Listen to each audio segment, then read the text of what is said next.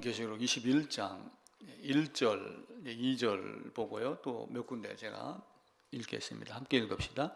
또 내가 새 하늘과 새 땅을 보니 처음 하늘과 처음 땅이 없어졌고 바다도 다시 있지 않더라.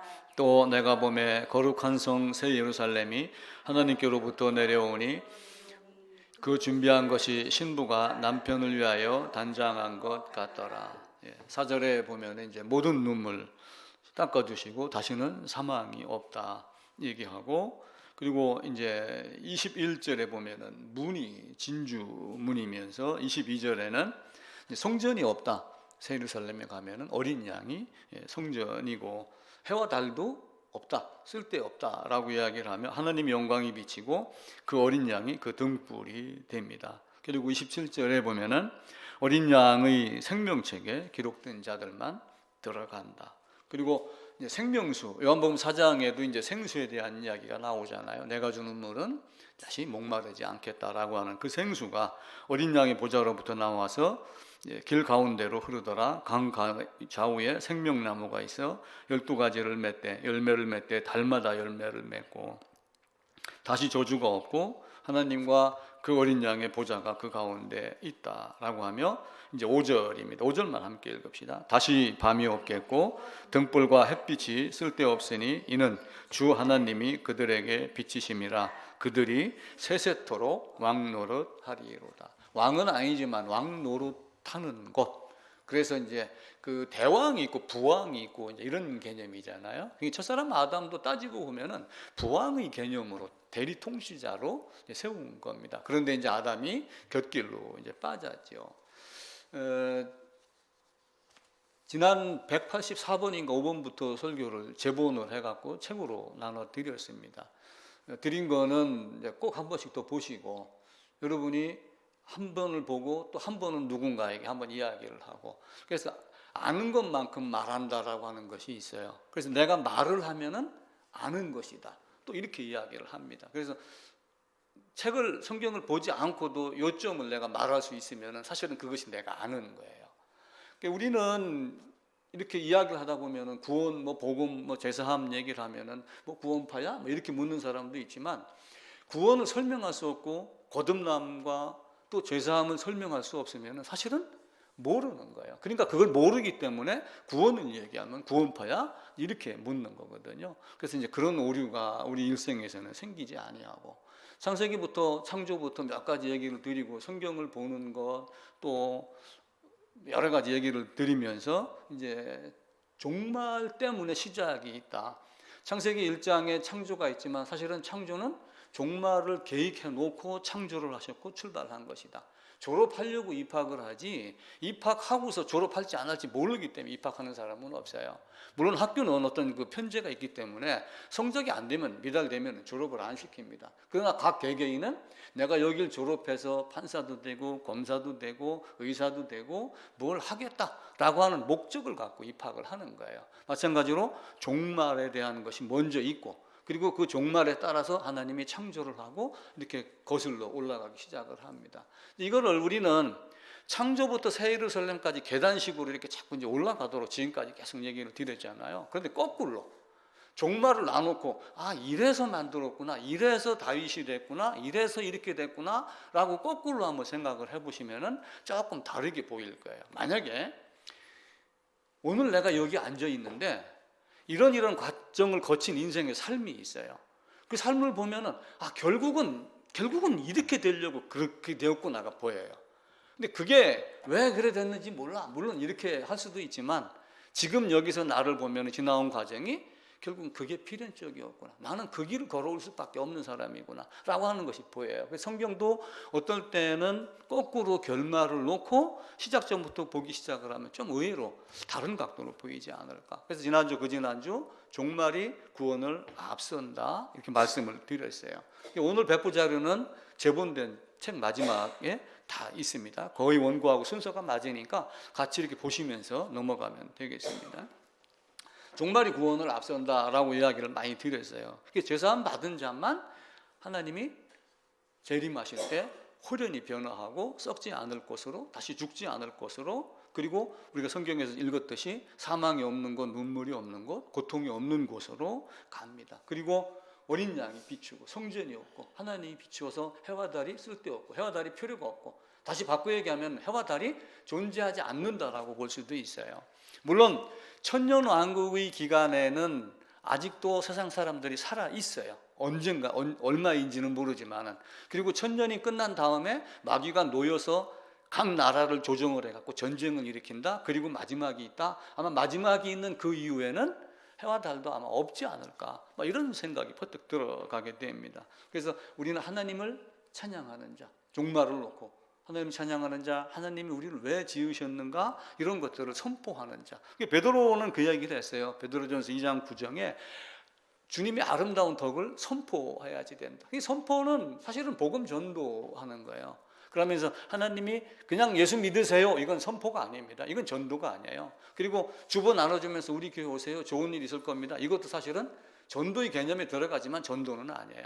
전도는 도를 전했다라고 하는 게 전도의 개념이거든요. 그래서 복음을 옳게 전했을 때 전도가 되는 겁니다. 그래서 우리는 늘 고린도전서 13장을 사랑장이다라고 하면서 사랑에 대한 이야기를 많이 하지만, 고린도전서에서 13장에서 얘기하는 사랑은 믿음, 소망, 사랑, 그 중에 제일은 사랑이다. 결국은 소망은 뭐예요? 믿음이 없으면 소망이 존재가 없어요. 소망을 전제로 하지 않는 믿음은 사실은 의미가 없는 거예요. 근데 사람들이 나는 천국에 가고 싶어 하는데도 믿음이 없으면 그 소망은 이루어질 수가 없어요. 그래서 믿음, 소망 단계로 되고, 그 단계의 마지막 완성, 새 예루살렘의 완성이 사랑이에요. 그러니까 사랑이 다 되면은, 사랑이 이루어지면은 뭐예요? 믿음 필요 있나요? 물론 믿음은 계속 존재를 해요. 소망도 존재를 하고 주님 안에서 기쁨이 있으니까. 근데 소망과 사랑을 쟁취하기 위한 믿음, 소망은 사실은 의미가 없어지는 거예요. 그래서 어떤 남자들이 이제 너는 내 거니까 집에 앉혀놨으니까 하고 어떤 짓 하고 그럴 이유도 있는 거예요. 너는 내 거니까, 부부가 결혼하면 이제는 한 집안에 있으니까 이렇게 하면서 바꿔나가는 거하고 같은 개념으로 보시면 됩니다. 그래서 믿음을 가져야지 소망이 되는 거고, 항상 이 믿음은 죄사함, 구원, 거듭남, 이 세 가지 단어가 같은 의미라고 하는 것을 보야지 돼요. 그래서 우리가 이 땅에 있었을 때, 지금 여기 있는데 만약에 믿음이 없으면 어떻게 되겠어요? 신학자들은 이제 이미와 아직에 대한 이야기를 많이 해요. 이거 굉장히 좋은 말이에요. 이미가 있고 아직이 있습니다. 아직은 아직 이루어지지 않은 거예요. 이미는 어떤 사람이 거듭남이 이루어졌을 때, 믿음이라는 것이 가졌을 때, 죄사함 받았을 때, 하나님 앞에서 이미 너는 나의 자녀다 라고 하는 것이 이루어지는 거예요. 그게 이제 내가 몇 살 때인지 언제인지는 아무도 몰라요. 1900년도 사는 사람도 이런 일이 있을 수 있고 2025년도에 이런 일이 있을 수가 있죠. 그렇게 하면서 거치다가 아직 이루어지지 않은 새 예루살렘이 오는 순간 우리의 삶이 바뀌어지는 거예요. 그리고 요 안에 그러니까 이미 아직, 근데 이미가 교회당에 앉아있는 게 이미가 되면 되겠어요, 안 되겠어요? 물세례 받은 게 이미가 되면 안 돼요. 그걸 하면서 하나님이 이런 의미로 세례를 주셨구나 라고 하는 걸 알아가는 거예요. 하나님이 우리에게 종말이 있기까지 이미와 아직 사이에서 넘어지기도 하고 다쳐지기도 하고 그래요. 근데 이제 가능하면 깨끗해지려고 노력을 해야 되죠. 예를 들어서 신부가 예식장에서 하얀 드레스를 입었어요.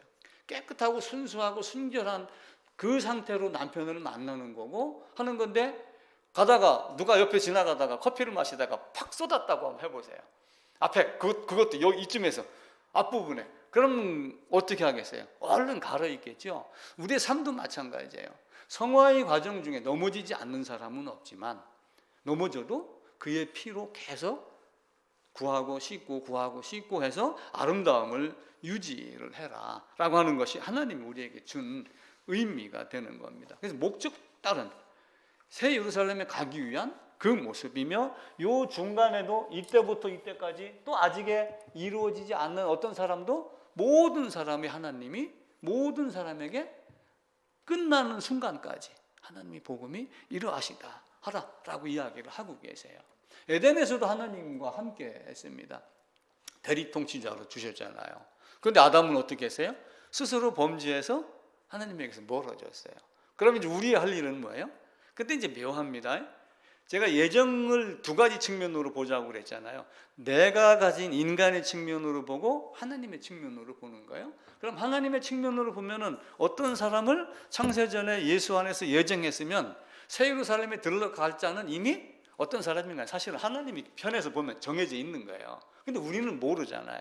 그럼 아담이 범죄했어요? 그럼 아담 입장에서는 뭘 해야지 돼요? 잘못했습니다 하고 가죽옷을 받아 입어야 되는 거예요. 그러니까 모든 인간의 입장에서는 다시 하나님을 찾아가는 과정이 또한 있는 거예요. 이 두 가지가 다 이해가 돼야지 돼요.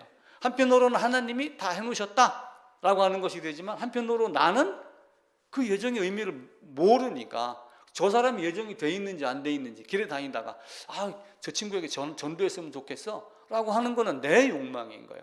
그 좋은 곳에 나와 함께 가기를 원하는, 그렇지만 그 사람이 돼 있는지 안 돼 있는지 모르기 때문에 우리는 선포해야 되고 함께 가고 하나님께 찾아가고 하는 일들이 계속해서 반복이 되는 겁니다. 창조, 종말, 그럼 뭐가 앞선다고 그랬어요? 종말이 앞서요. 여기 모델하우스 얘기 한번 드렸죠. 여기 모델하우스 그냥 뜯어내고 바닥을 꼴른 언제 있었냐 싶을 정도로 거기가 그냥 맨 땅이 되어 있어요. 그럼 모델하우스를 보고 그거 입주하려고 하는 사람이 있나요? 없어요. 에덴이 아무리 아름다워도 새 예루살렘하고는 차원이 달라요. 에덴은 땅에서 물이 솟아나가지고 온 세상에다 물을 공급하는 차원이었지만 새 예루살렘은 여호와의 보좌, 어린 양이 보좌에서 흘러나오는 생명수, 영원히 목마르지 않는 생명수가 되는 거예요. 에덴은 흙으로 만들었어요, 아담을. 에덴은 전부 흙입니다. 근데 새 예루살렘이 들어가니까 문도 진주문이고 금은 보석이고 결국은 뭐예요? 흙은 사라지고 없어지고 흙으로 만든 사람은 결국 죽어도 흙으로 돌아가고 먼지가 되고 티끌이 되는데 에덴이 새 예루살렘이 들어가면 어떻게 돼요?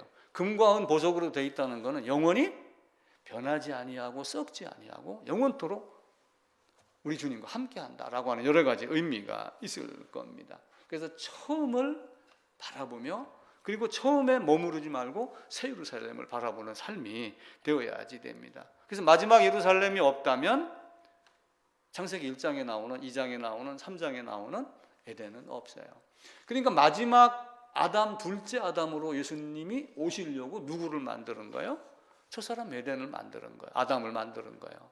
그래서 그 아담이 범죄했기 때문에 하나님이 뒤치다꺼리 한다 이렇게 생각하면 안 돼요. 이미 창세전에 나를 예수 안에서 예정했기 때문에 예수님 오심은 예정이 돼 있는 거예요. 그래서 아담이 범죄도 하나님의 측면에서 하나님의 삼위 하나님의 계획, 협의, 예정의 측면에서 바라봐야지 됩니다. 그럼 에덴을 왜 만들었을까요?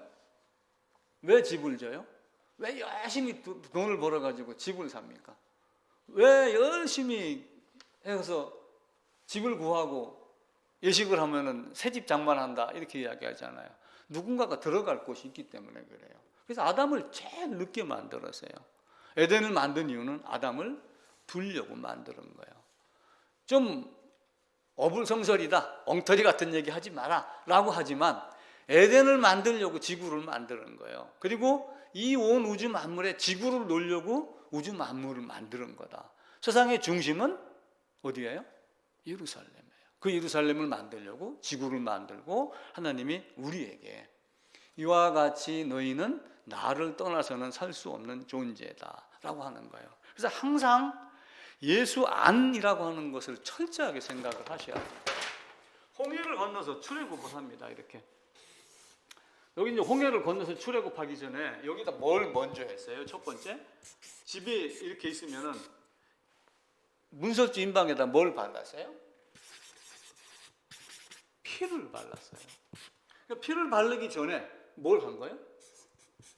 죽임이 먼저 있어요. 그 다음에 피를 발라요. 그 다음에는 이 안에 거해야지 돼요. 안에 거하고 나오면서 그 다음에는 이 죽임당한 양의 고기를 먹어요. 뼈도 꺾지 않은 상태로 잡아서. 그래서 이 죽임당한 예수, 죽임당한 양, 흘린 피, 그리고 그 고기, 이걸로써 예수님이 자신의 복음, 자신을 말씀하기도 해요. 네가 내 안에 들어왔느냐? 예수 아니라는 걸 먼저 가르쳐요. 그러니까 양을 잡을 때, 염소를 잡을 때 어떻게 잡았어요? 머리에다가 안수하고, 안수할 때 죄와 모든 불의와 모든 죄악을 다 넘겨주잖아요. 근데 성경은 묘하게 모든 불의, 모든 죄라고만 돼 있지 인자를 안 붙여놨어요. 모든 죄, 불의만 했는데 여기서 깜빡 속으면 전부 죄들로 바뀌는 거예요. 그래서 보는 눈이 있으면 뭐가 돼야지 돼요? 모든 죄, 나의 모든 죄, 즉 누구예요? 안수하는 내가 재물 안으로 들어갔을 때만 양의 죽음이 누구의 죽음이 돼요? 나의 죽음이 돼요. 이삭을 번제로 드릴 때 이삭이 그냥 손만 얹었겠어요? 누군가가 드려야지 되는데 번제 드릴 양 누굽니까? 이삭을 번제로 드려라 해놓고 이삭 대신 양을 죽이면서 양이 누가 되는 거예요? 사실은 이삭이 되는 거예요. 근데 그 이삭으로, 그 양으로 예수님이 이 땅에 왔습니다. 그리고 이제 피를 흘렸어요. 피를 흘려놓고 예수님은 어떻게 하셨어요? 십자가에서 죽으시며 물과 피를 쏟으셨어요. 그 피를 가지고 생명을 나타내요. 사람 몸에 피가 없으면 죽어요, 안 죽어요? 피는 죽음이에요. 그리고 그 고기를 불에 구워서 먹어요. 구워서 먹는데 종교개혁을 했던, 앞장섰던 칼빈은 왜 고기를 구워서 먹느냐라고 하는 것을 주님이 십자가에 달리면서 고난을 받고 죽고 하는, 고통받고 하는 이런 모든 것들을 예수님이 십자가에서 불태워졌다, 이런 개념으로 접근을 했어요. 근데 이제 저도 어떻게 설명할지는 잘 모르겠어요. 참고도서를 보니까 이렇게 되어 있는데, 죽임, 그 첫 번째 안수하며 죽임이며 피를 흘리고 고기까지. 그래서 예수님은 이 땅에 오셔서 하신 말씀이 내 살과 피를 먹지 않고는, 이야기를 하잖아요. 그게 만찬의 의미는 뭐예요? 떡과 포도주를 가지고 무엇을 가리켜요?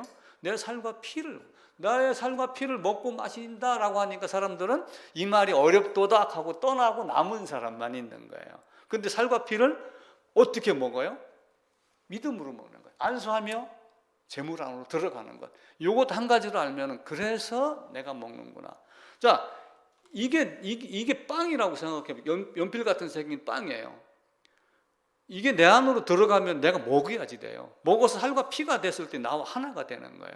마찬가지로 예수님은 빵과 포도주로, 떡과 포도주로 먹고 마시면서 내 살과 피를 먹는 것, 그리고 안수함으로써 짐승 희생 제물과 함께 죽고 장사되고 고난받고 다시 부활하는 것까지 함께 이렇게 되게 하는 거예요. 그러니까 하나님은 우리에게 구약 전체에서 많은 것들을 보여줍니다. 또 구약에서 우리 주님을 나타내는 것이 뭐예요? 아담이 범죄를 해서 하나님이 내보냈어요. 내보냈는데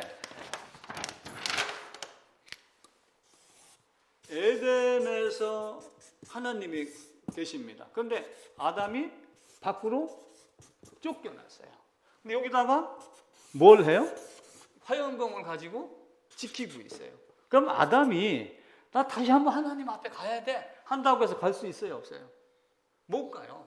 이 아담이 가족의 개념으로는 갈 수는 있어요. 근데 이제 범죄한 걸로만 놓고 보면은 아담은 여기로 갈 수 없는 존재가 돼요. 그래서 하나님이 사람을 찾아 나오신 거예요. 찾아 나오는데 어디로 와요? 성막으로.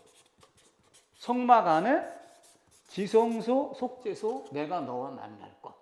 이렇게 하면 하나님이 죄인들에게 자기를 드러내고 만나게 할 곳을 성막으로 정해놓고 오셔요. 이 성막이 나중에 솔로몬 성전이 되죠. 우리는 교회당 보고 성전 그러는데 여기는 교회당이지 성전은 아니에요. 하나님이 계시면 누구나가 다 내가 성전이다, 이렇게 또 한편으로 이야기를 하고 그러죠. 성막이 광야로 들어가서 시내산에서 율법 받고 성막 만들어라 해서 성막을 만들어 놨어요. 성막 만들어 놨는 그 안에 성소, 지성소가 있습니다. 그리고 그 안에 있는, 요 안에, 비성소 안에 있는 우리가 언약궤 이렇게 얘기를 하죠. 근데 언약궤 안에 돌판도 있고 만나 떡도 있고 이런 것들이 있어요. 근데 언약궤 안에 하나님이 말씀하시고 내가 너와 만날 곳 속죄소 언약궤 이렇게 말씀을 하는데, 하나님이 이제 언약궤를 백성에게 던진 거예요. 출애굽기에서 이제 만들어라 해가지고 출애굽기 40장에 다 만들었더라, 여호와의 영광이 함께하더라라고 해놓고 민수기로 건너가면서 성막을 항상 들고 가요. 어깨에다 메고. 그럼 성막을 들고 가면서 불과 기름 기둥이 인도하더라. 가면 따라가고 멈추면 멈추고 이렇게 한 거예요. 근데 광야를 끝나고 어떻게 했어요? 이스라엘이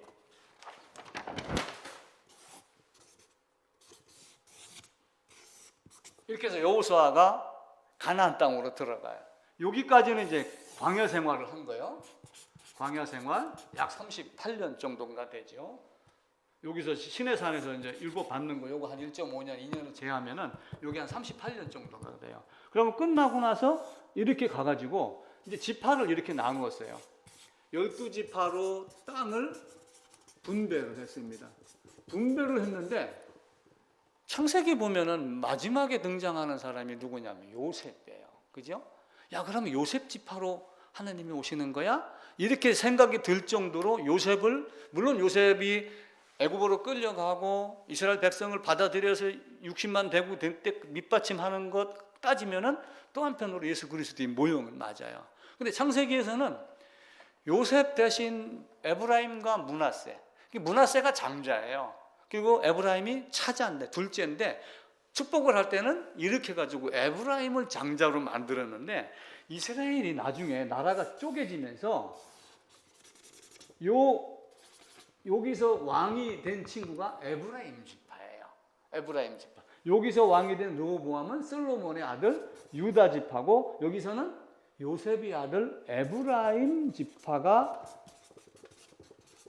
왕권을 가지고 나중에는 이제 서로 이제 왕이 수시로 바뀌어요. 시작은 이제 에브라임 지파입니다. 요 에브라임 지파가 있는 실로라는 곳에다가 언약궤를 넣어요. 한편으로는 언약궤가 있는 데가 사실은 하나님이 계시는 곳이에요. 그럼 유다 지파에는 언약궤가 없잖아요. 근데 하나님의 목적은 어디에 있어요? 언약궤가 어느 지파로 가야 돼요? 예수님이 오실 유다 지파로 가야지 돼요. 근데 실로에 넣어놨는데 실로의 제사장이 누구예요? 엘리는 하나님을 알지 못했어요. 엘리의 두 아들들은 여호와를 알지 못했어요. 그러니까 엘리는 막 얼마나 살이 쪘는지 띠뚱 하다가 막 뒤로 넘어져서 목이 잘려. 전쟁터에 나가니까 이스라엘 백성들이 어떻게 했어요? 야, 하나님이 없어서 우리가 전쟁에 졌구나. 하나님을 불러오자 해갖고 언약궤를 어떤 그 미신 덩어리로 끌고 나가서 블레셋에 전투에서 빼앗겼어요. 근데 블레셋에서 빼앗긴 블레셋이 다곤 신당에다가 언약궤를 놨는데 다곤이 부러져 갖고 손 몸뚱이만 남았더라. 그러니까 야, 안 돼. 걱정이야. 위험이야. 우리 신이 왜 넘어졌지? 다른 데로 보내자 해갖고 나중에 끌고 나오다가 아비나답의 집에서 20년을 머물러요. 그 다윗이 어떻게 해요? 나중에 아비나답의 집에서 머물렀던 것을 사무엘 하에 보면은 예루살렘을 정복하고 예루살렘 다윗성으로 가지고 와요. 자, 바꿔 얘기하면은 그냥 그대로 에브라임 지파 실로에 언약궤가 있었다라고 하면 나중에 다윗이 갖고 하면 쉽게 내놓겠어요? 저 생각에는 안 내놓는다고 생각을 해요. 나는 다른 건 몰라도 이건 줄 수가 없어. 나는 다른 건 다 몰라도 하나님만큼은 내가 놓을 수가 없어. 아마 이렇게 했을지도 몰라요. 근데 그 유다 지파 다윗성으로 언약궤를 올리려고 에브라임 지파의 실로에 있는 것이 아마 이렇게 거쳐서 이렇게 오지 않았을까. 저 생각에 아까 얘기했던 거꾸로 놓고 보는 게 이거 시중에도 보면은 거꾸로 읽는 세계사 이런 책이 있어요. 거꾸로 읽다 보니까 다윗 지파에 오게 하려고 실로에서 떠나게 했고 그리고 다윗성을 예루살렘을 다윗이 빼앗기까지 아미나답의 거기 집에 20년 동안 보관하고 있다가 다윗이 갖고 하고 솔로몬이 성전하고 만들고. 근데 이스라엘이 나중에 멸망을 하잖아요. 두 나라가 이제 멸망을 합니다. 하나는 722년, 하나는 586년도에 멸망을 해요. 근데 예루살렘 성이 딱 파기가 되고 언약궤의 행방이 어디로 가는지 몰라요. 성경에 안 나와요. 근데 이 언약궤가 계시록 11장에 가면 딱 등장을 해요. 새 예루살렘에 가 있는 거예요. 사실은 언약궤가 하나님으로 보면 돼요. 그래서 새 예루살렘의 언약궤를 놓으려고 사실 언약궤를 만들려고 하는 거예요. 거꾸로 보는 거예요, 지금. 그래서 성막이 실로, 아미나답의 집에, 그리고 다윗성, 솔로몬 성전 이렇게 가는 거예요. 그래서 거꾸로 보기 시작하면 나름대로 의미가 있다라고 하는 것 한번 생각해 보시면 좋을 겁니다. 자, 새 예루살렘에 가면 성전의 크기가 있어요. 성전의 크기가 있는데 잠깐 한번 볼까요? 21장 16절입니다. 421조. 그 성은 네모가 반듯하여 길이와 너비가 같은지라 그 갈대자로 그 성을 측량하니 12,000 스다디온이더라. 12,000 스다디온이에요. 예루살렘의 성이, 새 예루살렘의 성이 얼마나 크냐면은 12,000 스다디온인데, 이 스다디온이 850m인가 그래요. 850m. 이것을 곱하면은 얼마가 나오냐면은 제가 계산기를 두드려 보니까 2220km가 나와요. 새 예루살렘의 크기가 얼마인지는 모르지만은 그 예루살렘의 새 예루살렘의 성이 갖고 있는 크기가 2200km, 2200km, 높이도 2200km. 엄청나죠? 성수 부산까지 500km밖에 안 되잖아요. 그거의 4배의 길이가 있는 정육면체의 예루살렘 성을 말해요. 근데 열왕기상 6장에 가면은 이제 그 솔로몬이 성전을 만드는데 지성소의 크기가 나와요. 그 지성소의 크기가 보면은 성소 지성소가 있는데 요 안에 성소 지성소가 있는데 요 크기가 똑같이 정육면체로 20규빗, 20규빗, 20규빗이 돼요. 근데 이제 광야에 세워진 성막의 내소도 10m, 10m 정사각형이다라고 하는데 그건 제가 성경에서 못 찾겠어요. 그래서 인터넷 자료를 뒤져보니까 명확하게 이렇게 설명해 놓은 데가 없더라고요. 그런데 이제 학자들이 연구하고 아마 고고학자들이 뭐 여러 가지 뭐 한 건지는 모르겠지만은 여기도 2220km, 2220km, 그리고 솔로몬 성전은 20 규빗, 그리고 광야 성막에는 10규빗, 10규빗 이렇게 정육면체로 되어 있더라. 정사각형으로 되어 있더라. 이게 성경에서 이야기하는 겁니다. 그러니까 계시록의 새 예루살렘의 2220km의 크기의 성전을 향해서 가기 위해서 10규빗, 20규빗, 그리고 12,000 스타디온 이렇게 확장되어 가는 모습을 볼 수가 있어요. 근데 그 에덴의 생명나무가 새 예루살렘에 있고, 아까 우리가 읽었듯이 그 어린 양의 보좌에서 생명수물이 나와서 물가에 심겨진 그 나무가 시편 23편에, 시편 1편에 나오잖아요. 시냇가에 심겨진 그 나무, 그러면 과실을 맺고 하듯이 계시록 21장, 22장에 나와 있는 그 시냇가에 그 생수에 그 물에 있는 12나무, 12달마다 매달마다 12열매를 우리에게 공급을 한다. 그러니까 얼마나 좋습니까? 그것을 보고 우리의 삶이 어떠해야 되는가라고 하는 것을 생각해 볼 필요가 있어요. 신명기에 보게 되면은 예루살렘에 가면 많은 것들을 얻습니다. 자, 10규빗, 10규빗의 성막의 내소의 안에 있는 지성소의 크기다가 성전을 하니까 20규빗, 20규빗이 돼요. 근데 새 예루살렘의 성전은 2220km, 2220 상상이나 하겠어요? 2220km가 되는 그 넓이의 성전이 있다는 것을 12달마다 새로운 열매를 우리에게 제공을 해요. 자, 이스라엘 백성이 가나안 땅에 들어갔어요. 먹는 음식이 다른 거예요. 여기 애굽에 있을 때는 물론 여기서도 식사를 했어요. 누가 주는 걸 먹은 거예요? 바로에게서 밥을 얻어먹고 바로의 종로릇을 했어요. 그래 가나안 땅에 들어가가지고 뭘 한 거예요? 먹을 게 없으니까 나중에는 하늘에서 만나를 내려줘요. 하나님이 주시는 거예요.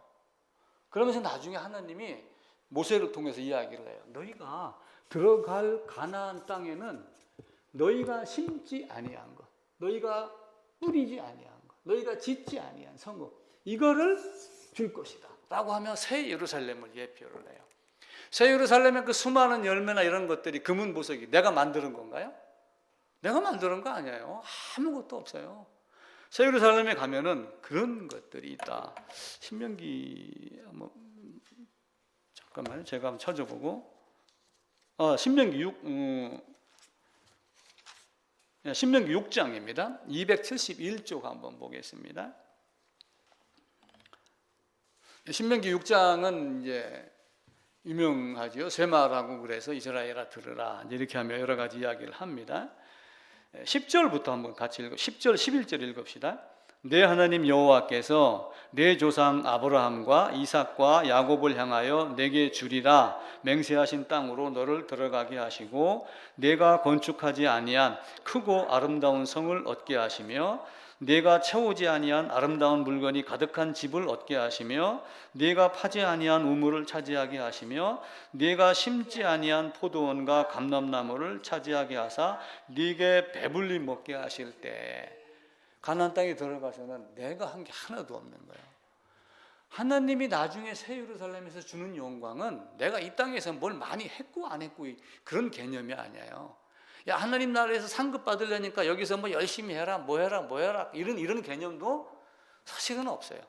아들 되고 자녀 되고 백성이 돼가지고 새 예루살렘에 들어간 것만으로도 사실은 행복 중에 행복이 되는 거예요. 이전 것은 생각이 나지 않으니까. 그럼 만약에 새 예루살렘에서 하나님이 물론 12제자하고 뭔가 뭐 이런 뭐 백부장, 10부장 이런 게 있는지는 모르겠어요. 거기 가서도 너는 못했으니까 차등 주고 너는 잘했으니까 이렇게 하게 되면 그게 하나님 나라의 모습이겠어요? 하나님은 그렇게 하지 않아요. 스스로 어떤 자유를 찾아 들어갈지는 모르지만은 내가 뿌리지 아니하고 내가 거두지 아니하고 내가 건축하지 아니한 먹을 것, 입을 것, 집 모든 것을 다 주시겠다. 이게 하나님 우리에게 주시는 거예요. 그래서 하나님은 에덴에서 범죄하고 나서 아담, 가인 그리고 아벨, 아담, 가인, 셋. 가인의 혈통과 아벨의 혈통이 달라요. 그러니까 가인의 혈통의 역사는 성경에 거의 나오지 않아요. 몇 개만 나와요. 그 나머지는 다 뭐예요? 가인의 혈통이 어떻게 하면은 사탄이 아담을 유혹하고 넘겨뜨렸듯이 아벨과 셋의 혈통을 어떻게 하면 죽일까, 하나님에게 못 가게 할까, 떠나게 할까, 이 싸움이 계속 일어나는 거예요. 근데 하나님은 그들을 이겨라, 버려라, 등져라, 나만 바라봐라, 내가 너희 남편이다, 이렇게 얘기를 하고 그러죠. 그렇게 했는데도 불구하고 약 한 1600년이 지나는 동안 세상은 온통 뭐가 됐어요? 하나님을 등진 세상이 된 거예요. 그러니까 노아의 식구 8명을 뺀 나머지는 다 문제가 있는, 하나님의 마음에 흡족하지 않은 자로 다 바뀐 거예요. 그래서 노아 때 홍수로 쓸어버렸어요. 쓸어버렸다는 것은 심판도 돼요. 또 한편으로는 욥기서 14장에 보면은 물의 역할이 있어요. 물은 세상에 있는 많은 쓰레기들, 먼지, 티끌, 더러움들을 씻어낸다라고 하는 개념을 또 한편으로 갖고 있어요. 그러니까 노아 홍수로 세상을 씻고 내가 다시 시작하겠다 했는데도 또 바벨탑 사건이 또 일어나잖아요. 그러니까 결국은 누가 오해하지 돼요? 이 본성이 바뀌지 않기 때문에 예수 그리스도께서 오셔서 그 부패한 본성을 가진 자를 자기 안에서 죽게 만드는 것, 그것을 희생양, 희생염소로 대제사장 1년 1차 속죄제 여러 관계로 그걸 가르치는 거예요. 그럼에도 불구하고 우리가 예수를 바라보지 못한다면 어떻게 되겠어요? 그래서 창세기 1장을 보는 것은 우리의 기준으로 성경의 시작의 기록을 창세기 1장에서 창조했다라고 하는 것이지, 하나님의 관점에서는 영원 전에, 창세 전에, 만세 전에 예정을 해놓고 시작을 한 거예요. 그게 보이면은 우리의 신앙은 현재보다 미래를 더 바라봐야지 되고 종말적인 삶을 살아야지 돼요. 그러니까 종말이다 그러니까 먹고 마시자, 야 이제 끝이다 해갖고 뭐 피지로 이사가고 이런 개념이 아니라 종말적 삶이니까 어떻게 돼야 돼요? 더 경건하고 더 바르게 살고 더 아쉽게 혹시 누구 같이 갈 사람이 있는가? 전도할 사람이 있는가? 이렇게 하면서 함께 가는 것이 종말적인 삶을 사는 거예요. 그렇게 하기 위해서 아담을 만들었는데 아담은 오실 자의 모형이라 라고 하면 아담을 만드는 목적이 뭐예요? 둘째 아담 그리스도 예수를 오시게 하려고 아담을 만드는 거예요. 그러니까 첫사람 아담이 실패한 거를 둘째 아담이 만드는 거예요. 그건 하나님의 계획이에요. 우리는 일반적으로 첫사람 아담이 실패했다 이렇게 이야기를 할 수도 있지만 인간적인 측면에서 본 거예요. 근데 하나님은 아담이 실패한 거를 쫓아다니면서 밑닦아주고 고치고 그런 하나님이 아니다라고 하는 거죠. 계획한 대로 하나님이 이루셔요. 세상 집도 돌팔이들은 짓다 보면 뭐 농막이 됐다 그러지만 나름대로는 다 머릿속에 생각은 있습니다. 유명 건축회사 가보세요. 도면 안 만들고 만드는 데 있는가요? 그렇지 않아요. 중동 건설 갑니다. 그러면 어떻게 해요? 문제가 생겼어요. 그러면 첫 번째 하는 일이 뭐예요? 문제 파악을 하고 도면을 수정을 해요. 그리고 도면을 수정을 해갖고 배포를 해요. 요대로 다시 만들어라. 항상 계획이 앞서요. 하나님도 마찬가지로 종말 창세 이전에 삼위 하나님이 협의한 그 협의대로 이렇게 해나가기를 원하는 거예요. 그래서 아담은 오실자의 모형이 됩니다. 그래서 우리의 삶은 항상 최종적 완성을 염두에 두고 현재를 생각을 하고 그렇게 해야지 돼요. 물론 태어나면서 죽을 것 생각하고 태어나는 사람은 아무도 없어요. 근데 바꿔 생각해 보세요. 이전부터 나왔던 사람들이 사실은 어떻게 돼요? 죽는다는 걸 태어난 아기가 몰랐을 뿐이지 사실은 낳는 순간부터 죽음을 향해 달려가는 거예요. 인생 별것 아니에요. 다음 주 설교를 제가 미리 조금 준비를 하면서 신문을 보다가 김동건 아나운서를 기사가 나왔어요. 나이가 85이에요. 나는 그 가요 무대를 보면서 이 양반이 도대체 몇 살이야? 이렇게 생각을 했는데 85인데 아나운서 생활을 30년을 했대요. 근데 아나운서 생활 30년을 하면서 누가 그러니까 60년을 한 거지 아나운서 생활을. 60년인가 하면서 야 축하해. 60년 아나운서 축하해 그랬더니 자기가 한 말이 야 아나운서 60년 너무 짧더라. 그러면서 자기 인생을 10단어로밖에 10마디로 표현을 했다. 인생 짧더라. 인생 별것 아니더라. 그걸 본 거예요. 마찬가지로 우리 인생도 마찬가지예요. 지금 보면은 내년 또 이 뜨거운 여름 어떻게 지내냐고 뭐 길니 짤리 이렇게 하지만 어느 순간 탁 뒤돌아보면은 주마등이라고 하면서 순간적으로 아무것도 아닌 것이 보이는 거예요. 그게 후회되지 않으려면 어떻게 해야 돼요? 지금의 삶이 달라져야지 돼요. 어쨌든 목적지를 분명하게 정해놓고 출발을 해야지 돼요. 아이들한테는 미안하지만 태어나면서 너는 죽어야 되는 존재야. 이게 20대고 30대면서 서서히 깨달아가기 시작을 해요. 가끔 텔레비 보면은 이렇게 프로에 나오는 친구들, 코미디언 이런 친구들 나와가지고 뭐 얘기하다가 나도 나이가 먹었는가 봐. 이제 30 몇 살 된 친구들이. 그럼 내 나이가 돼가지고 그 얘기를 들으면 가소롭다고 하겠죠. 40대고 50대인 게 뭘 나이가 많이 먹었어요. 근데 100세가 된 어른 앞에서 내 나이 70대니까 이거 뭐 아주 몸이 늙어가니까 이렇게 하면 시금방 네가 얼마나 살아봤걸래 이렇게 하겠어요 안 하겠어요? 인생을 살다 보면은 다 보여요. 그게 젊어서 보이면은 행복인 거예요. 그렇다고 애늙은이 되는 건 아니에요. 애늙은이 되는 건 아니고 욜로 하지 말고 욜로는 욜로대로 해야지 됩니다. 그럼에도 불구하고 내가 가야 할 목적지는 저기구나 라고 하는 것을 분명하게 해야지 됩니다. 그 목적지가 어딘가 이게 쉽지 않아요. 어렵습니다. 자, 요한하고 세례자 요한하고 예수님의 이야기를 제가 이제 마리아가 잉태를 했습니다.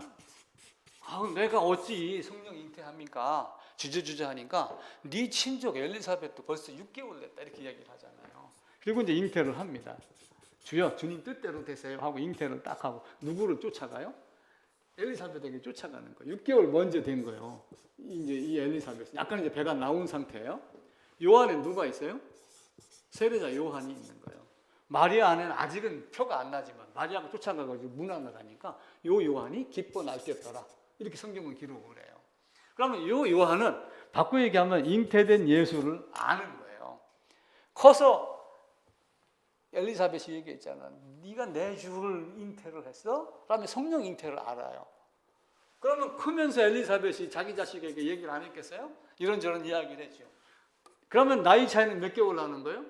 만약에 예수님이 30세라고 해보세요. 그럼 여기는 29.6개월이에요. 비슷해요. 친족이에요. 그죠? 친족이 옛날 상황으로 따지면 친족은 멀리 떨어져 살지 않아요. 세례자 요한과 예수님은 아는 사이였다. 제 추론입니다. 근데 어느 날 세례자 요한에게 네 뒤에 오시느니 메시아, 그를 증거해. 그런데 한쪽에서 내가 아는 친구, 내 친족의 자식 예수가, 목수가 갑자기 이적을 베풀고 막 병자를 낫게 하고 뭐 오병 이어가 나오고 막 이런단 말이에요. 그러니까 요한이 깜짝 놀라는 거예요. 그 나중에 제자들을 보내갖고 예수님에게 물어보잖아요. 뭐라고 물어봤어요? 오실 그이가 당신입니까? 메시아가 온다는 건 아는데 내가 나하고 거의 동갑내기 친척이 아들 마리아에서 나온 예수 목수가 메시아? 에이, 아마 그렇게 했을지 몰라요. 요한이 그걸 나중에 알잖아요. 오신 그이가 당신입니까? 그러니까 예수님이 대묻잖아요. 요한에게 대하여. 너희가 요한을 따라갔는데 요한 뭘 보러 따라갔니? 무엇 보려고 광야에 나갔느냐? 무엇 보려고, 예를 들어 무엇 보려고 성경 봅니까? 무엇 보려고 예배 드리러 나옵니까? 그냥 동아리같이 얼굴 보고 서로 안부 물으려고? 그게 아니잖아요. 예수가 누군가? 메시아가 누군가? 그 종말을 만드신 하나님이 누구인가? 어린 양이 예수고 어린 양이 하나님이에요. 그럼 그분이 누구인가? 오신 목적이 뭔가? 자, 그럼 성경을 따지면 뭐예요? 아담과 아담이 기록이에요. 그럼 첫 아담이 실패한 거를 해결하고 해결된 자만 데리고 들어가요. 그럼 하나님이 사람으로 오신 목적이 있어요. 그 목적은 뭐예요? 죄사함. 예수라는 이름의 뜻이 뭐예요? 자기 백성을 저희 죄에서 구원할 자. 이것 한 가지 알려고 그러는 거예요. 성경에서 우리는 그것을 알고 자유를 얻고 나 자유 얻었네, 너 자유 얻었네, 복음성가 나오잖아요. 나 자유 얻었네. 그럼 자유 얻었으면 그 자유가 뭔가를 이야기를 해야 돼요. 근데 찬양은 그렇게 하는데 세례교인이야? 구원받아야 돼? 그럼 너 구원파야? 이렇게 물으면 나 자유 얻었네가 진짜 자유일까요? 그거는 배운 찬양에 불과한 거예요. 자기 입으로 부르는. 하나님은 그런 것들을 원하지 않아요. 네가 진짜 네 안에, 그래서 네 종류의 밭을 이야기를 하잖아요. 뿌렸는데도 알맹이가 돌멩이가 들어가 있는 사람, 가시 덤불이 있어갖고 재물의 유혹이 있어서 재물 많은 청년과 같은 사람. 근데 옥토에 뿌려지니까 10배, 20배, 30배, 100배 결실을 맺는다 라고 하는 정도로 이 안에 뭐가 있는가가 우리에게 있어야지 돼요. 그래서 우리가 무엇을 구하려고, 무엇 때문에 성도라 이름을 부르면서 합당하게 생활하면서 성경을 보고 찾는가라고 하는 것에 집중을 해야지 됩니다. 세상에는 거짓이 많습니다. 교회가 많다고 하여 다 복음이 넘쳐 있다고 저는 절대로 그렇게 생각하지 않아요. 누가 내 목에다 칼을 대고 이야기를 해도 그건 아닙니다 라고 저는 이야기를 해요. 왜냐하면 제 삶이 겪은 바니까 그래요. 제가 히틀러 이야기를 잠깐 기록을 했어요. 히틀러는 스파이랍니다. 이게 하면 정보부대, 첩보부대 출신이래요. 그 첩보부대 출신인데 이제 그 독일의 노동당에서 예를 들면은 뭐 우리의 뭐 정의당 뭐 이런 정도 되겠죠. 뭐 이제 집회를 하니까 저기 국정원에서 첩자를 하나 보내가지고 뭐 얘기 하나 좀 들여다봐 했는데 이제 그게 쉽게 얘기하면 독일 노동당에 히틀러가 잠입을 해가지고 자기도 노동당원 같이 하고 그 자리에 앉아 있는 거예요. 근데 연설하러 온 대학 교수가 이게 마음에 들지 않아. 저게 무슨 연설이야. 그 마음에 안 들고 어쩌겠는데 다른 사람이 나가고 2차로 또 연설을 했는데 이게 쓸데없는 얘기만 하고 제대로 얘기를 안 한 거야. 그러니까 막 히틀러가 분통이 터져갖고 쫓아나가서 앞에 나가고 자기가 연설을 했대요. 근데 얼마나 말을 잘하는지 이 앞에 앉아있는 사람들이 히틀러한테 쏙 빠진 거예요. 그래놓고 그 중에 대표가 와가지고 너 우리 당에 좀 제발 입당해. 그래서 노동당에 입당을 해가지고 입지를 넓혀가다가 그 당을 접수를 하고 그게 확장이 돼가지고 독일을 접수를 하고 그래서 나중에 뭘 한 거예요? 세계 2차 대전을 일으킨 거예요. 근데 히틀러의 특징이 한 가지가 있어요. 연설가들의 특징이 한 가지가 있는 거예요. 무슨 얘기예요? 우리나라 정당들도 보면은 다 말하는 내용이 다릅니다. 데모도 뭐 보수파도 있고 뭐 무슨 파도 있고 막 이렇게 하고 그러잖아요. 그러면은 이 히틀러는 듣는 사람이 무엇을 원하는가를 탁 꼬집어서 그걸 얘기해라 이렇게 얘기를 하는 거예요. 자, 그럼 듣는 사람이 복음을 원하면 복음을 얘기를 해야지 돼요. 근데 듣는 사람들이 기복을 원하면은 기복을 얘기를 해야 돼요. 그래야지 교회당이 커지는 거예요. 근데 듣는 사람이 기복을 원하려고 왔는데 와서 기복은 성경에서 요구하는 것이 아닙니다. 오직 우리 주 예수로 말미암아 오직 은혜, 오직 성경, 오직 그리스도, 오직 믿음, 하나님 나라입니다. 이런 얘기만 계속 한다면 좋아하겠어요? 안 좋아하겠어요? 안 좋아해요. 그래서 우리도 특정 다수를 위해서 설교하고 또 유튜브도 올리고 이렇게 하지만 상대가 듣기 좋아하는 말을 하는 건 아니에요. 성경은. 예수님은 뭐라고 그래요? 듣든지 아니 듣든지 너희는 여호와의 말씀이 이러하시다 하라, 이렇게 얘기를 하라고 그래요. 근데 요한은, 예수님은 어떻게 한 거예요? 그렇게 한 거예요. 근데 재물 많은 청년은 어떻게 했어요? 이스라엘의 유대의 장로들과 많은 앞선 분들은 다 어떻게 했어요? 예수 그거 말고 이렇게 절차만 잘 지키고 우리가 이렇게 하면은 그냥 아름다운 하나님 나라 백성이 돼야 돼. 이 얘기를 한 거예요. 그러니까 예수님이 딱 꼬집어서 얘기하잖아요. 그럼 너희는, 우리는 아브라함의 자손입니다. 대뜸 얘기하잖아요. 뒤집어서. 아브라함의 자손이면 아브라함의 행사를 해야지. 그럼 아브라함의 자손이면 아브라함의 행사를 할 것이거늘 이라고 하는 아브라함의 행사는 오다 가다 가난한 자에게 음식 퍼주고 뭐 해주고 하는 행위 열심이었어요. 아브라함의 믿음을 이야기하는 거예요. 아브라함의 믿음을 이야기하는 거예요. 아브라함이 받은 할례는 2차적인 문제가 돼요. 아브라함이 먼저 믿고 난 다음에 마음의 의를 인친 것이 아브라함이 받은 할례가 돼요. 그러니까 사도 바울은 나는 세례 주지 아니한 것을 감사한다. 믿음이라고 받아놓고 나는 바울파, 나는 아볼로파, 나는 뭐 무슨 파 싸우고 하는 이런 짓거리에서 무슨 놈의 세례가 있어? 진짜 복음이야? 나는 세례 주지 아니한 걸 감사해. 그리고 어떤 사람에게는 억지로 할례 받지 아니하고 어떤 사람에게는 할례를 받게 하고 상황에 따라서 그렇게 하는 거예요. 그러니까 성경이 요구하는 건 믿음 하나예요. 그래서 우리는 대중의 언어로 청중이 듣고 싶어하는 걸 듣는 것이 아니라 하나님이 가서 이야기해라 라고 하는 건 뭐예요? 내가 너에게 가르쳐 분부한 모든 것 가르쳐서 지키게 해라. 마태복음 28장에 있는 대위임령, 그걸 선포하라, 그렇게 말씀을 하는 겁니다.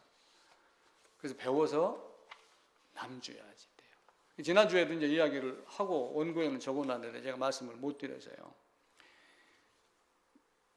하나님의 계시는 이미 다 끝났습니다. 성경 기록이 끝나면서 더 이상의 계시는 없어요. 하나님의 계시는 딱 단일성으로 끝납니다. 그럼 그 후에는 뭐예요?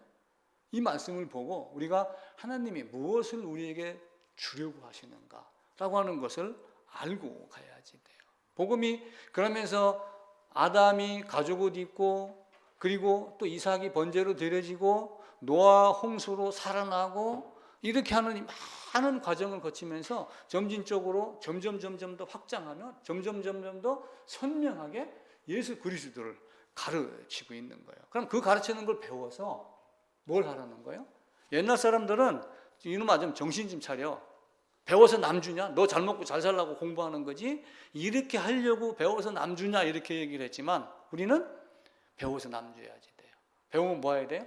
전도하라, 그 얘기예요. 배워서 전도하라가 그냥 뭐 사람 끌고 와라 이런 개념이 아니라 내가 설명해야 돼요. 내가 말할 수 있어야지 돼요. 40, 50이 돼도 1분도 고치거리랍니다.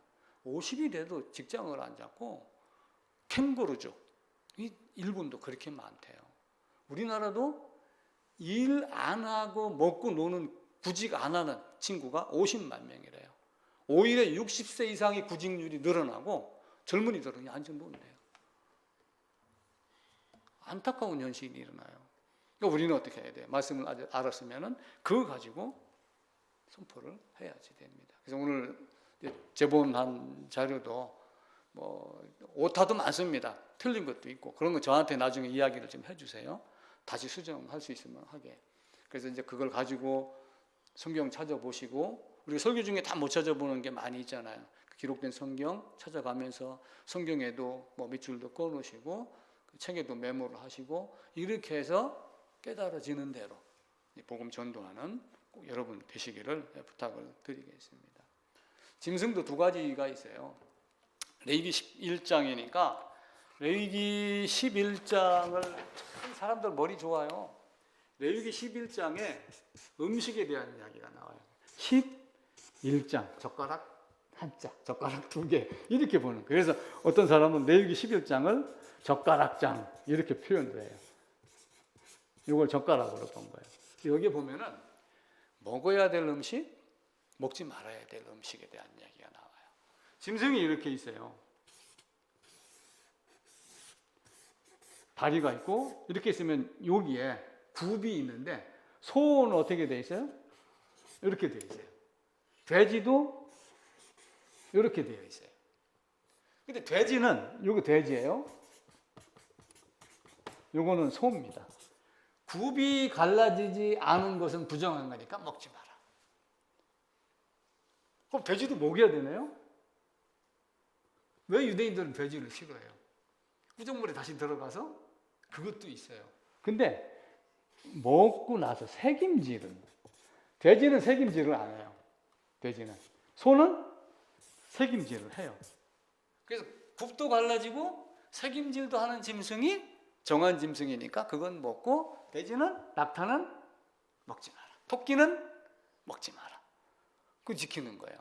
물고기도 미꾸라지 먹으면 돼요, 안 돼요? 안 돼요. 왜요? 비늘이 없기 때문에. 그런 걸 다 정해 놨어요. 그걸 가지고 은근히 우리에게 이야기를 해요. 너희는 굽이 갈라졌냐? 굽이 갈라졌다는 얘기는 뭐예요? 정하고 부정하고 좋고 나쁘고 하나님 말씀인 것과 아닌 것과 이런 것들을 분별하는 능력. 너희가 세상에 속했느냐? 하나님 나라에 속했느냐? 굽이 갈라졌다는 얘기는 거룩이냐? 거룩이 아니냐? 이 이야기를 하는 거예요. 그래서 굽이 갈라져 있는 상태에서 되새김은 바꿔 얘기하면 뭐예요? 소 애완간에 이제 우리 어려서 이제 그 많이 봅니다. 그러면 소가 딱 엎드려 가지고 끄집어냅니다. 그래놓고 주물럭 해요. 우리는 모르니까 어렸을 때는 뭐 하는 거예요? 그러면 되새김 하는 거야. 책임질 하는 건 뭐예요? 성경 말씀으로 따지면은 묵상하는 거예요. 큐티 하는 거예요. 이 큐티도 잘못하면 큰일 납니다. 뭐 생활에 적용, 여기다 자꾸 큐티를 맞추려고 그래요. 큐티는 조용한 시간, 콰이어트 타임이에요. 큐티. 조용히 하면서 아무것도 생각하지 않고 하나님만 생각하고 하나님 말씀 생각하며 하나님 말씀이 이러하시구나. 이걸 생각하는 게 큐티지. 큐티 해놓고 오늘의 적용, 오늘은 뭐 해라. 그러니까 어떤 사람들은 설교를 듣고 제발 그 적용에 대해서 좀 이야기 좀 해주세요. 오늘 그 적용은 네가 해야지. 그럼 아니요, 설교 중에 해야 됩니다. 적용은 자기가 하는 거예요. 큰 틀에서 자기의 능력, 어린아이냐 어른의 차이에 따라서 적용의 방법이 달라지기 시작을 합니다. 무디 목사는 준비된 새 예루살렘 천국을 믿고 바라보는 자는, 들어갈 자격이 있는 자는 벌써 천국 안에 사는 것과 같은, 천국 안에 있는 것과 같이 생활을 한다 그랬어요. 그러니까 아까 신부 얘기를 드렸잖아요. 신부가 드레스를 딱 입고 하얗게 해놨으면 걸어갈 때도 어떻게 해요? 살짝 들고 발에도 안 밟히려고 하고 막 이렇게 하고 그러잖아요. 왜 하이힐 신어요? 프랑스에서 하이힐이 나왔어요. 참 거기도 보면 비문맹 국가예요. 똥오줌을 넣어갖고 창문 밖에다가 던지면 길가에 전부 똥오줌이 쫙 깔리는 거예요. 프랑스가 그랬어요. 그리고 밖에 나오니까 발에 뭐가 묻어요? 똥이 묻는 거예요. 우리는 어디 갈 때 안 밟으려면 어떻게 해요? 뒤꿈치 들죠? 그래서 하이힐이 생긴 거예요. 우리 삶도 필요에 따라서는 그렇게 고쳐가면서 나는 저기는 가면 돼, 안 돼. 이걸 생각을 해야지 돼요. 교회는 중세시대 교회는 교황이 잡고 있었어요. 교황이 이단 그러면 죽임도 당하고, 교황이 면벌부 동전 땅그랑 안 하면 너는 연옥, 지옥 이렇게 결정을 하던 시대였어요. 그게 되니까, 그런 시대가 되니까 깨인 사람들이 나오기 시작을 하면서 뭐가 되는 거예요? 이성이 생기기 시작하고 르네상스 문화가 생기기 시작을 하니까, 르네상스는 이제 바꿔 얘기하면은 교회가 이렇게 썩어버렸으니까 나는 내가 나 살 길을 찾자라고 하면 하나님을 등진 게 사실은 르네상스예요.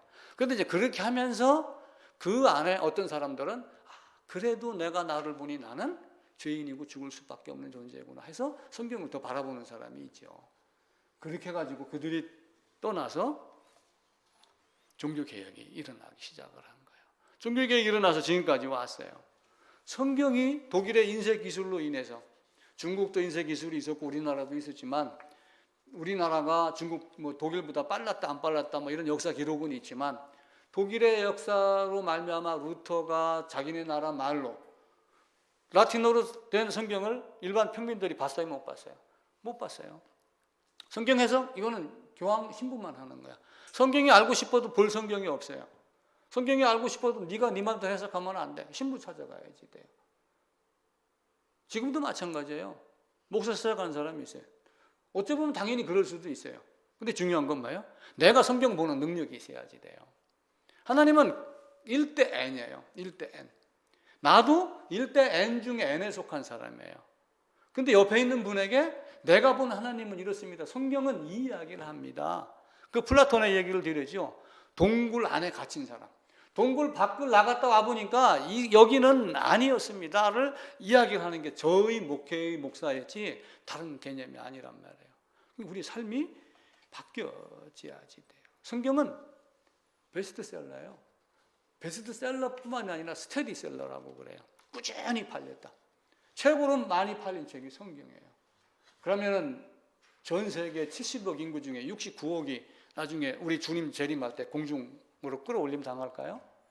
그렇지 않은 거를 노아가 보여준 거예요. 노아 시대. 그때 수많은 인구 중에 겨우 8명이었더라. 다시 시작했는데도 마찬가지고 앞으로는 어떻게 될지 모르지만 우리는 성경을 보고 사람들과 이야기를 하고 그러면서 의심하는 것 자체는 좋은 건 아니지만 때로는 의심이 좋을 때가 있다. 이런 말이 있어요. 때로는 의심은 나쁜 거지만 때로는 의심을 이거 바꿔 얘기하면 뭐예요? 확인, 또 확인, 또 하고. 돌다리도 두들겨 보고 건너라. 과연 이 말을 믿고 내가 천국에 갈 수 있어? 내가 그 유명한 목사에게 세례받았다고 하여 과연 천국인가? 라고 하는 걸 보는 거예요. 제가 직장 생활할 때 지리산 모처에 가서 그 모 목사님이 성경 강의하는 걸 일주일 동안 듣고 왔어요. 서울에서도 많이 왔더라고요, 주로. 그 사람들 하는 얘기가 지금까지 30년, 40년 동안 신앙생활을 했는데 이런 얘기를 들어본 적이 없습니다. 전체적으로 대화에 대한 개념을 설교하지 않은 거예요. 물론 그분도 복음 얘기는 안 하더라고요. 단편적인 것만 골라서 청중이 듣기 원하는 것만 얘기를 한 거예요. 우리는 각성해야지 됩니다. 우리는 바뀌어야지 됩니다. 본인 자체 초대받고도 가지 못한다면, 눈이 있는데도 보지 못했다면 얼마나 안타까울까. 특별히 우리 자식들 입어야지 돼요. 홍수 속에 마실 물 없다 그런 이야기 있잖아요. 성경이 넘쳐나도 교회당이 넘쳐나도 왜 이러냐. 이병철 씨가 했던 대표적인 질문이 있잖아요. 그 20몇 개 중에 왜 한 집 건너 하나씩 교회당이 있는데 성당이 있고 교회가 있는데 왜 세상이 왜 이래. 우리는 우리 삶이 성경을 더 바르게 보고 우리 삶이 바뀌어야지 됩니다. 그리고 제가 부탁드리는 거는 여러분 자신을 위해서 기도하고, 저도 기도 제목 중에 1번이 제 자식들입니다.